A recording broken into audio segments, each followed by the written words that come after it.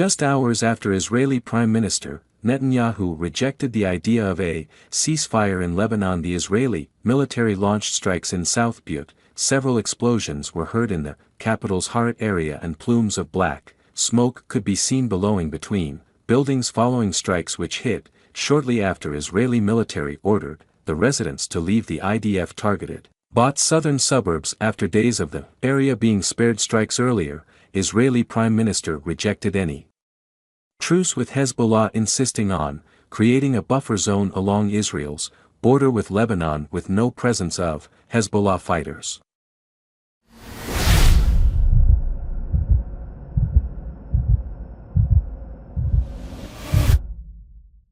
Netanyahu's statement came after Hezbollah's deputy leader, Naim Qassem, in a defiant televised speech, threatened to expand Hullah's scope of military strikes of missile strikes across Israel. Early on Wednesday, Israel's military reported around 50 projectiles fired from Lebanon at the country's north, without any reports of casualties, while, on Tuesday, Iran-backed Hezbollah said it launched a large salvo of missiles at the town of Safed. The IDF bombed several areas in southern and eastern Dinan, including in the Bekaa Valley, where a hospital in Baalbek city was put out of service on Tuesday. It also said it captured 3 Hezbollah fighters in South Lebanon. Lebanon's health ministry said 9 people were killed on Tuesday in strikes on the country's south and 5 others in the east, including 3 children. This while the United States raised concerns with Israel over the nature of its bombing campaign in Beirut in the past weeks. U.S. State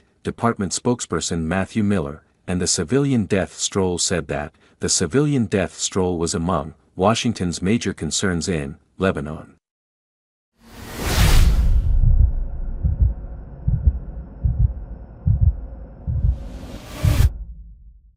They do have a right to go after legitimate terrorist targets. We see Hezbollah continue to operate across Lebanon, and Israel does have a right to defend itself against those who pose a threat to the state of Israel. But we've had real concerns about the nature of the campaign that we saw roll out across Beirut over the past few weeks, and we made those concerns publicly.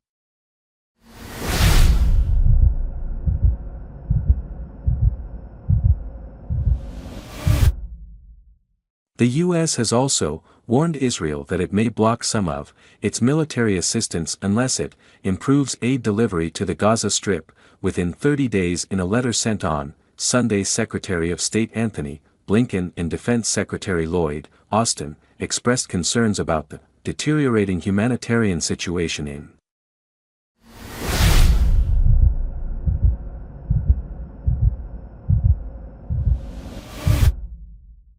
What we have seen over the past few months is that the level of humanitarian assistance has not been sustained. In fact, it has fallen by over 50% from where it was at its peak. So the Secretary, along with Secretary Austin, thought it was appropriate to make clear to the government of Israel that there are changes that they need to make again to see that the level of assistance making it into Gaza comes back up from the very, very low levels that it is at today.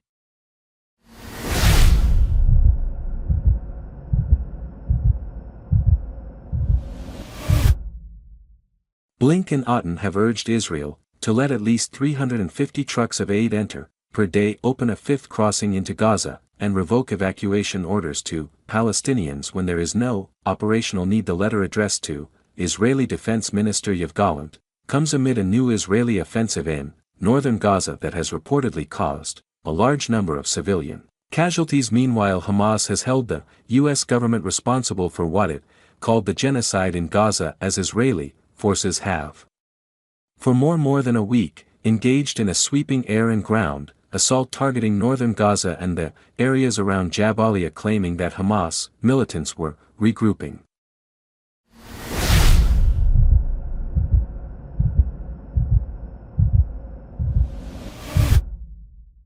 We hold the American administration responsible for these massacres and crimes and the genocide that is being committed daily against our people in the Gaza Strip, the escalation of the siege and the killing of unarmed civilians in their tents and places of displacement.